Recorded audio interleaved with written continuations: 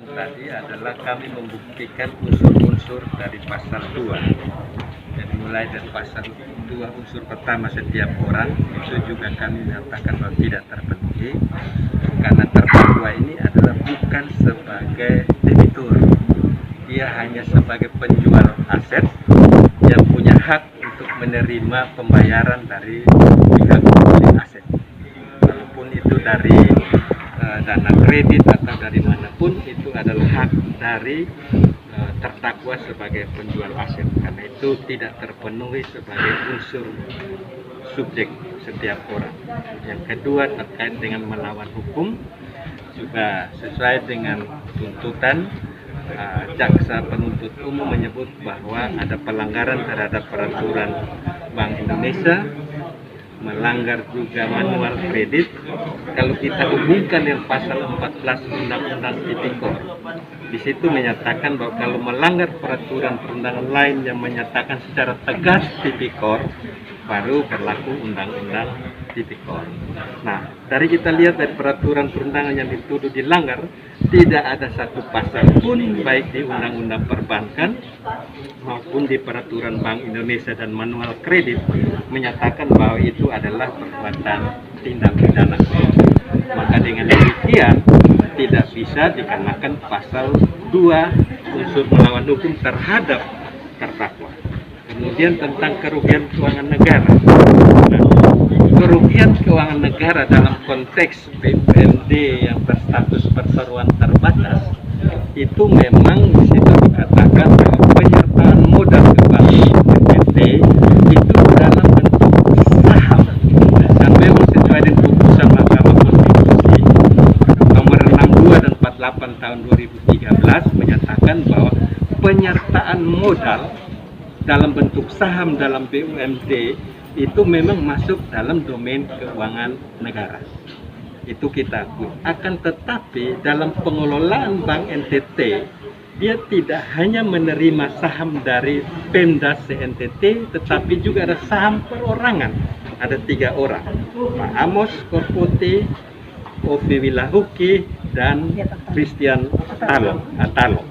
Artinya di Bank NTT selain penyertaan dari pemerintah juga dari perorangan.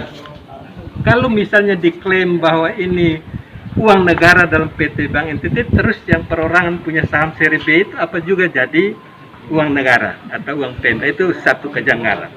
Yang kedua, bahwa selain itu Bank NTT sebagai perseroan di dalam aktivitasnya ada melakukan produk-produk dana melalui deposito dan seterusnya dan jasa-jasa bank. Kemudian dia juga melakukan penyaluran kredit. Nah, khusus untuk penyaluran kredit itu diambil dari dana pihak ketiga, bukan diambil dari saham seri A. Dengan demikian kalau kredit macet itu tidak ada hubungannya dengan saham seri A. Jadi saham seri A tidak akan berkurang. Dengan demikian, ini bukan merupakan kerugian Pemda CNTT karena sahamnya itu tidak berkurang, saham seri A tidak berkurang.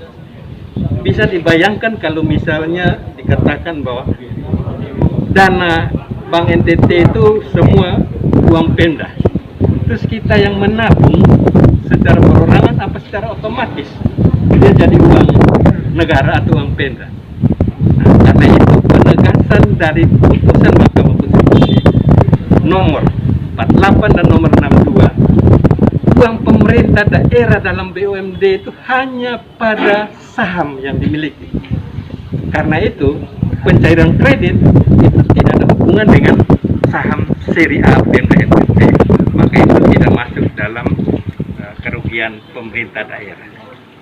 Hak dari pemerintah daerah sebagai pemegang saham, dia memperoleh hak atas dividen dan itu sudah terbayar 2018, 2019 itu sudah terbayar hak dari para pemegang saham, termasuk di dalamnya pemegang saham perorangan 3 orang.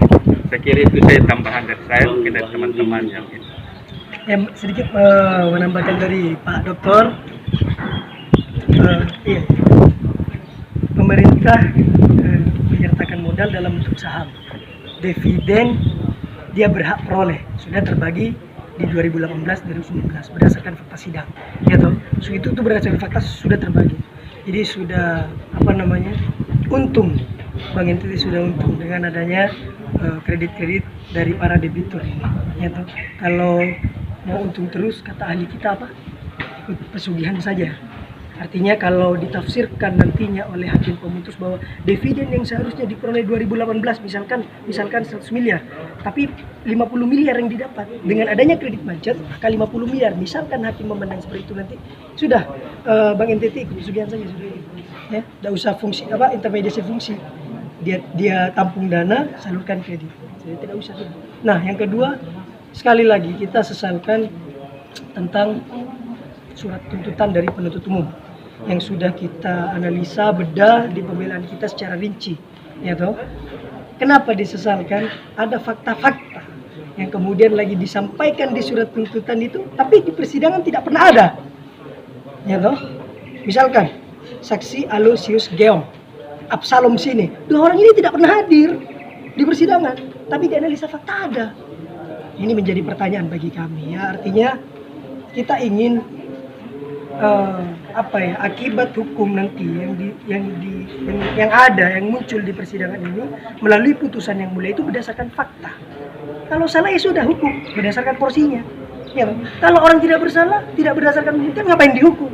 Makanya dalam satu kalimat atau satu paragraf di pembelaan kami ada statement menyatakan kami yakin yang mulia majelis hakim tidak akan memutus hanya semata-mata karena hubungan antar lembaga penegak hukum. Ya, itu kalimat yang kami tegaskan tadi. Kami yakin Ibu Johnson, Pak Ali, Pak Ari, mereka wakil Tuhan di dunia, sehingga bisa memberikan keadilan bagi Stefanus Sulaiman. Itu saja. Menambahkan sedikit tadi terkait Pak Dr. Melki, terkait yang unsur dugaan kerugian negara, itu yang perlu digarisbawahi. Adanya dugaan kerugian negara itu muncul ketika ada porsi saham yang menurun atau berkurang. Itu yang perlu digarisbawahi. Jadi ketika porsi saham itu belum menurun atau tidak berkurang, belum bisa dikatakan kerugian negara. Yang kedua, berdasarkan Undang-Undang 15/2006 tentang BPK, itu coba dilihat, itu yang berwenang secara konstitusi untuk mendeklar adanya kerugian negara BPK. Mendeklar ya, bukan menghitung ya. Kalau menghitung siapa saja bisa. KAP bisa, kejaksaan bisa, konsultan keuangan bisa, konsultan publik bisa. Tapi yang mendeklar secara resmi yang diamanahkan oleh undang-undang itu adalah BPK. Undang-Undang 15/2006, silakan dibaca teman-teman. Terus yang perlu digarisbawahi lagi terkait dengan unsur secara melawan hukum. Di sini unsur secara melawan hukum yang perlu ditekankan adalah adanya perbuatan yang tercela. Yang dimaksud tercela ini adalah melawan hukum yang bisa dibuktikan secara nyata selama proses kredit. Bagaimana bisa Stefanus Sulaiman yang bukan debitur diterapkan oleh unsur ini? Jelas tidak bisa. Ya, itu aja. Mungkin kalau kami PH berharapnya majelis hakim ini bisa memutus dengan arif seadil-adilnya berdasarkan hati nurani dan fakta persidangan yang sebenarnya, bukan berdasarkan fakta yang bukan sebenarnya. Itu yang kami harapkan. mungkin terkait dugaan kerugian negara yang dilakukan oleh Stef yang didakwakan oleh JPU. Padahal fakta di persidangan justru Pak Stefanus ini justru dia dirugikan dari debit otomatis 3,4 miliar dan pembelian aset yang 6,8 miliar itu. Ya oke, kalau mungkin dari sisi penuntut umum bilangnya ini negara diduga dirugikan berdasarkan Pak Stefanus Sulaiman, perbuatannya Pak Stefanus, tapi di sini berdasarkan fakta persidangan dan keterangan serta saksi semuanya justru Pak Stefanus Sulaiman di sini yang dirugikan. Karena apa? Ada fakta persidangan menyatakan dan isinya itu adalah Pak Stefanus Sulaiman ini dilakukan debit otomatis terhadap rekeningnya oleh Bank NTT Cabang Surabaya untuk menutupi kemacetan dari debitur lain di Bank NTT Cabang Surabaya tanpa seizin Stefanus Sulaiman sendiri. Bagaimana Stefanus Sulaiman terus dikatakan menguntungkan dirinya sendiri, sedangkan di sini dia sudah ada kerugian. Yang kedua, terkait dengan dana 6,8 yang dia ditawarkan untuk membeli aset kredit macet dari Bank NTT, dari debiturnya Bank NTT yang macet, ternyata dia sudah memberikan uang sebesar 6,8 miliar, aset sampai sekarang belum diberikan. Siapa yang rugi di sini? Apakah bank, apakah negara? justru Pak Stefanus Sulaiman. Apa ada statement terakhir dari abang? Statement terakhir. Kalau statement dari saya pribadi mungkin ya semoga hakim ini menilai fakta persidangan yang sebenarnya secara adil dari hati nurani. Gimana Pak statement? Statement Saudara. terakhir, Pak Wahyu. Di dalam tubuh hakim terdapat darah penyayang, pengasih yang menggambarkan hakim adalah wakil Tuhan di dunia. Sehingga harapan kami sangat yakin hakim mengabulkan pembelaan kami yang menyatakan pada intinya Stefanus Sulaiman tidak terbukti bersalah. Terima kasih.